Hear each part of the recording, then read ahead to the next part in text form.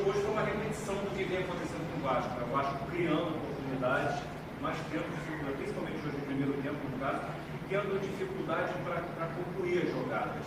Né? Não só na hora da conclusão, não. No acabamento mesmo da jogada, no último passe e tal. E no segundo tempo a gente viu você também assim, bastante incomodado, até com a questão assim, de posicionamento, de sincronização de movimento, assim, corrigindo muitas vezes os jogadores e também com erro de passe. Queria ouvir a tua leitura do jogo hoje, se você acha que também foi por aí, foi parecido com o que aconteceu nos outros jogos. Primeiramente, boa noite. Eu concordo com boa parte da tua análise. O CSA tinha uma postura mais defensiva desde o início e jogar contra times que marcam mais atrás é um pouco mais difícil para criar mesmo. Mas eu acho que o time teve uma boa produção ofensiva, se tratando do time que está jogando em casa. Você pode questionar que é da Série C, mas não é fácil jogar aqui. O Grêmio teve muita dificuldade, acabou eliminado. Hoje o Retrô fez um jogo duro contra o Bahia, lá que foi 3-2. O CRB empatou com o Cruzeiro em 0-0 no Mineirão. Esses jogos de Copa do Brasil são jogos que os times ficam muito motivados, o estádio fica cheio. Então a produção da equipe, a produção ofensiva do time, eu gostei. Eu só não gostei do resultado e não gostei da gente não fazer gol de novo. Era um jogo, e o lado positivo é que a gente não tomou gol. Tá?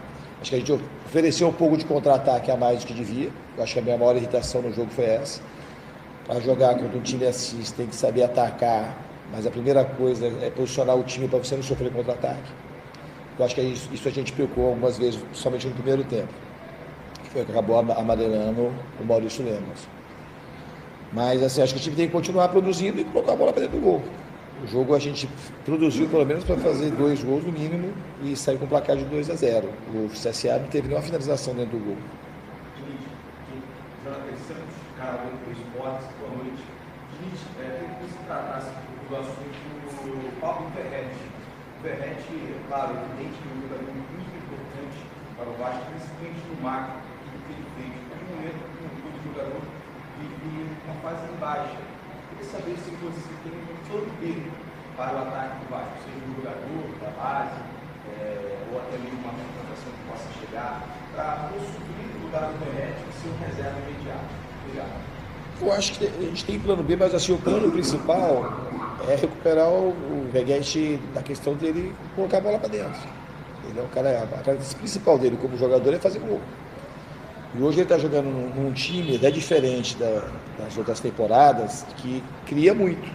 E eu acredito muito no potencial dele, tirando a questão que ele não conseguiu fazer gol nesses últimos jogos, pelo menos na quantidade que a gente gostaria, que ele fez o gol contra o Del Valle. Ele é um jogador que contribui em todas as fases do jogo. Contribui na marcação, contribui na movimentação, contribui na bola aérea defensiva. Então ele não é só um cara, um atacante que vai fazer o gol. Ele tem uma contribuição muito importante na parte tática também. E é um jogador que tem muito a minha confiança.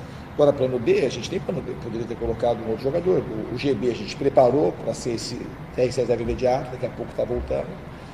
E a gente pode variar também, jogar assim, com um falso 9, não tem nenhum problema. Mas o Veguete é um jogador que a gente tem muita confiança nele. Você pensa que um 4-4-2 seria o Raio, por exemplo? Eu poderia jogar, não tem problema nenhum. É uma das possibilidades. Isso aí pode acontecer a qualquer momento.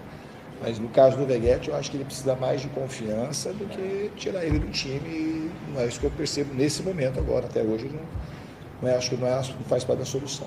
Obrigado. Externo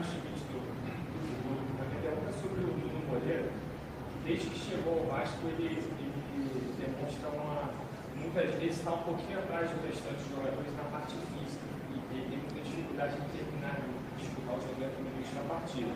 A princípio existia acreditava-se que era por conta dele estar jogando lá no Portugal, ele veio com uma temporada que estava atuando, e ele expectativa de que na pausa para a Copa do Mundo ele recuperasse essa folha, mas o Vasco voltou e até o momento ele não demonstrou muita evolução nesse sentido.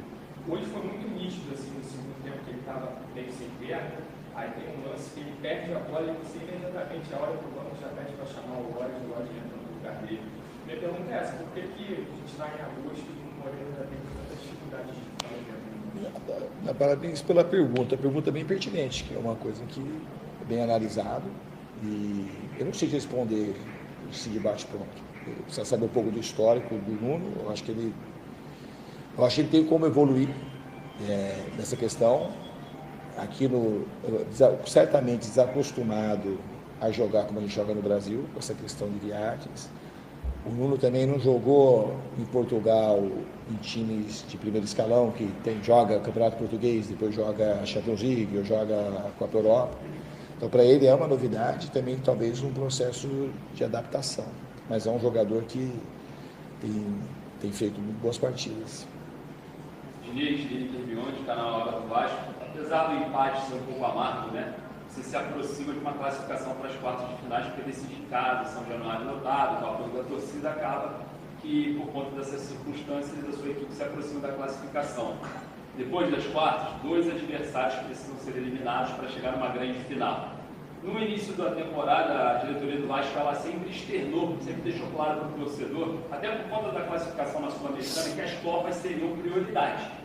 Só que existe uma particularidade no Campeonato Brasileiro, né? O Vasco tem 15 pontos, o mesmo número de pontos do Santos, e agora se aproximando de uma classificação às quartas de finais. Eu queria saber de você qual é a sua prioridade. A gente sabe que o futebol, por conta do calendário, requer esse diagnóstico. E no final, se você puder, sem incomodar, pode se posicionar em relação ao que a CBF falou a respeito da expulsão do Léo Jardim nessa semana? Então, Lineker, começar pelo final. Da CBF, para falar a verdade, eu não acompanhei, assim, não sei textualmente, eu sei meio por cima do que eles falaram. Eu acho que tem um erro, acho que existe uma certa interpretação do lado de fora, porque existe em alguns momentos, o goleiro cai, hoje o goleiro caiu também. Muito provavelmente não tinha nada e caiu.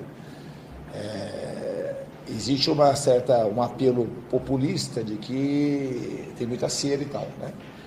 O que a gente questiona muito, que naquele caso específico do Léo Jardim, é que ele pediu atendimento, se você acelerar a câmera, ele não permitiu o atendimento, ele não foi atendido, e até foi constatado uma certa lesão. Não que aquilo fosse tirar ele do jogo, tanto é que ele jogou hoje. Mas se o juiz tivesse dado 12 minutos de acréscimo, eu acho que estava no direito dele. Agora, a expulsão, para mim, é assim, meio que inconcebível, porque ele interpretou da maneira que ele quis. Teve um lance parecido com o Rocher, que ele nem advertiu. O primeiro cartão que ele deu para o Léo Jardim foi muito severo, bem no começo do jogo. Eu não sou um treinador que fico falando de fazer cera, todo mundo me conhece, dificilmente o goleiro cai no chão. Vou dar para contar nos dedos esse que o goleiro cai no chão, comigo. Então eu achei que equivocado esse posicionamento. Eu não sei o posicionamento textualmente da CBF, pode me falar, que eu não sei como é que eles se posicionaram. Se posicionaram a favor do árbitro. Não, eu acho que está totalmente equivocado do que ele fez, porque assim, se aquilo é a conduta, tem que ter uma certa conduta, tem que ter uma regra geral, um critério que vale para ter equanimidade no campeonato. E da minha carreira de jogador e treinador, foi a primeira vez que eu vi. Ele vai o árbitro está certo. Então ele foi certo só nesse jogo e só contra o Vasco. Então isso que é meio que inaceitável. Vai ter, assim, eu tenho quase certeza que não vai ter expulsões por conta disso, porque é muito subjetivo. Se o goleiro cai, o cara fala que é assim, não tem como ele saber. Não tem como ele saber. Então, assim, ele não pode fazer. Eu acho que foi um erro meio grosseiro, na minha opinião. Abriu um precedente que eu acho que não vai acontecer expulsões. Eu repito, hoje no jogo o goleiro caiu e provavelmente não tinha nada. Não teve amarelo, não teve nada. E nos outros jogos vão acontecer coisas parecidas. E o Vasco vai ser provavelmente o único penalizado. A outra pergunta que você fez é da priorização. Eu não acho que o Vasco tem condição de priorizar nenhum campeonato nesse momento. Eu acho que na condição que a gente está no Campeonato Brasileiro, a gente tem que priorizar agora o jogo do Mirassol. O terminar o Mirassol, priorizar o CSA. A gente não tem a mínima chance de colocar prioridade nessa etapa que a gente está.